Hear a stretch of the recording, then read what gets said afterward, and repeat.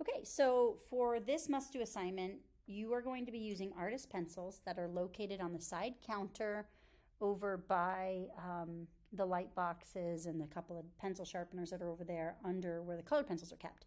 There is a box that has pencils from 2H, HB, B, 2B, 4B to 6B. In the attached presentation, it goes over the hardness of pencils and how that relates to or corresponds to how dark you're able to get your pencils to go.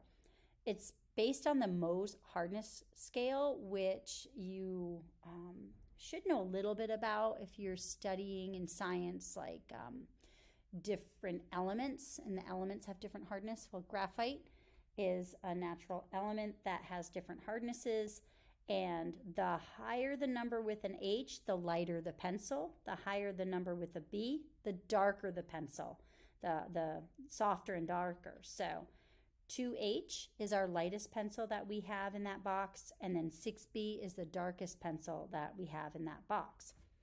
In addition to that, you'll also be using a tortillon, and I want you to understand how we use these and how we don't use these.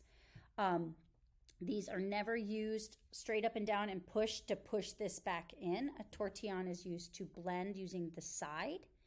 You do not always need a tortillon. Sometimes you can just take a piece of paper towel and twist it into a rope, and that works really slick too. But for this assignment, I'll let you guys use a few tortillons. You'll need to share them because they're typically, I just use them for my drawing and painting kids, but they did, this is a worksheet that was received from somebody else, and they talk about blending with the tortillon, so I'll let you use those for now. We're going to start with the 2H, and we're going to do things on this side of the paper, and I'm just going to give you a little bit of an example of using a pencil to use it for value. When I use it for value, I like to hold the pencil back far. I don't like to go up on the pencil like this. I like to go down here. I'm not going to choke up on it like it's a baseball bat, you know. I like to hold it back a little further so I can get more of the graphite on the paper. And you're going to start with as light as you can go and go as dark as you can go, or you can go from dark to light. I find it easier to actually start somewhere down here, and if I need to, I can use an eraser to lighten it up or whatever. But you're just going to lightly add value to the entire box neatly using the side of your pencil to create a nice, light, consistent value across this first box. And you can see it is gray versus the white next to it. Now, to get it to go a little darker, we're just going to do it in layers, and you're going to just add a second layer to create a slightly darker value. I'm also increasing the pressure that I use a little bit, so it's already starting to get a little darker. And then I'm just going to add a second layer. If you press too hard in adding values, you will get reflection. You'll get a sheen because you're going to be burnishing your paper, which means to align the particles and smooth it out. Plus, graphite is a lubricant for metal. It's what it's used for a lot, to lubricate metal parts like hinges and parts in engines. So it is very shiny when you use it with incredible pressure. So be careful of that. And the next one, we're just going to do a little bit more pressure. And again, I'm going to add an extra layer of graphite. So I don't want these values to jump. I don't want to jump from one that looks like I'm skipping a level. I want to travel consistently across the value scale so that I'm making small steps toward darker value. And you want that to get just slightly darker. You're going to do this for all of these boxes. And you're going to learn how different pencils allow you to create more subtle or darker values depending upon the hardness of the pencil. Okay. I'm not going to get nearly as dark with this as I can with any of these down below because it's just a very hard pencil, and a hard pencil is not going to get you the same dark, intense values that you can get with a softer pencil.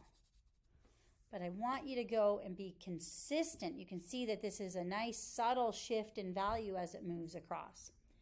You're going to do this with all of the pencils. So the next one would be HB, then you would go to B, then you would go to 2B, 4B, and 6B. And that is the method that you're going to use to move across the paper.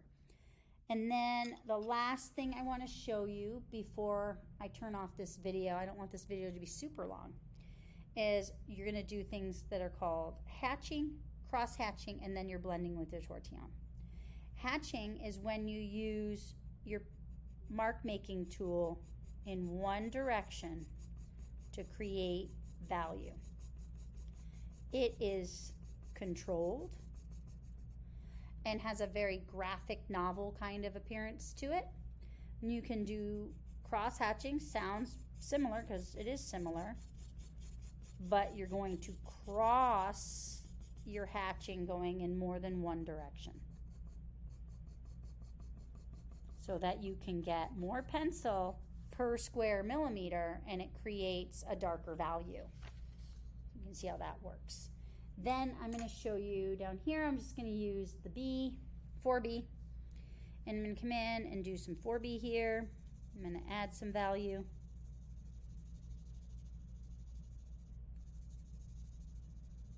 You can see how much darker 4B is right away. And then I will put 2B up above it. You can see it's much lighter, right? Much lighter. I'm going to put some 6B down here to go much darker. And you can see how that adds darkness to 6B, 4B, and then you got 2B. And then I take my tortillon, and I use the side of my tortillon, and I can blend it to soften the gradation across a surface. So this is what you're going to do for this front side of this worksheet.